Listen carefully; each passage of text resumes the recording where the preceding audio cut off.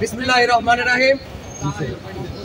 প্রিয় উপস্থিতি, আপনারা জানেন সারা বাংলাদেশের যে গার্মেন্টস মালিক সমিতি আছে BGMEA, বাংলাদেশ গার্মেন্টস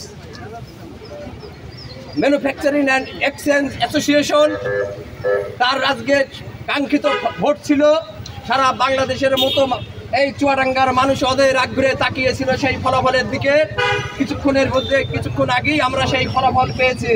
আমরা জানি এই নির্বাচনে সভাপতি পদে প্রতিদ্বন্দ্বিতা করছিলেন আমাদের চুয়াডাঙ্গার কৃতি সন্তান, চুয়াডাঙ্গার গর্ব এবং চুয়াডাঙ্গা জেলা বিএনপির সম্মানিত সভাপতি জনাব মাহমুদ হোসেন খান বাবু ভাই।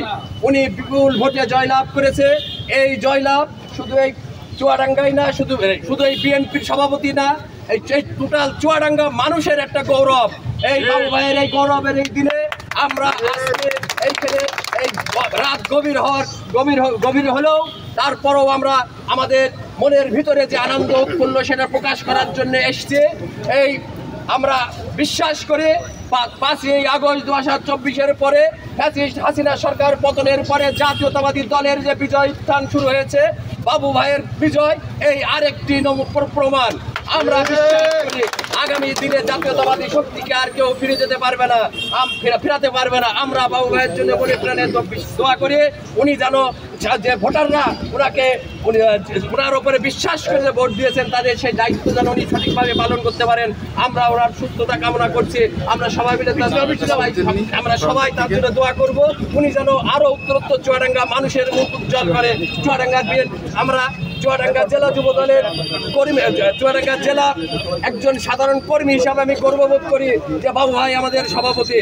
প্রিয় ভাইরা আমার, আপনারা কষ্ট করেছে। চুয়াডাঙ্গাবাসী, আপনারা সবাই অবগত আছেন আজকের 31 তারিখে যে বিজেপি নির্বাচন ছিল, সেই নির্বাচনে আমাদের চুয়াডাঙ্গা জেলা বিএনপির সংগ্রামী সভাপতি, যার নেতৃত্বে চুয়াডাঙ্গা জেলা বিএনপি ঐক্যবদ্ধ হয়ে আছে, বাংলাদেশ জাতীয়তাবাদী দল বিএনপির উপকোষাধ্যক্ষ, যে বিজেপি নির্বাচন হয়েছে সেই নির্বাচনে অংশগ্রহণ করেছিল। আল্লাহ তাআলার অশেষ রহমতে চুয়াডাঙ্গা জেলা বিএনপির সংগ্রামী সভাপতি, চুয়াডাঙ্গা জেলার গৌরব মাহমুদ হাসান খান বাবু ভাই বিপুল ভোটে বিজয়ী হয়েছেন।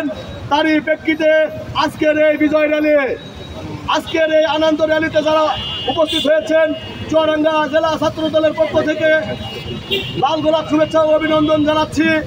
সকলের সুস্বাস্থ্য ও মঙ্গল কামনা করে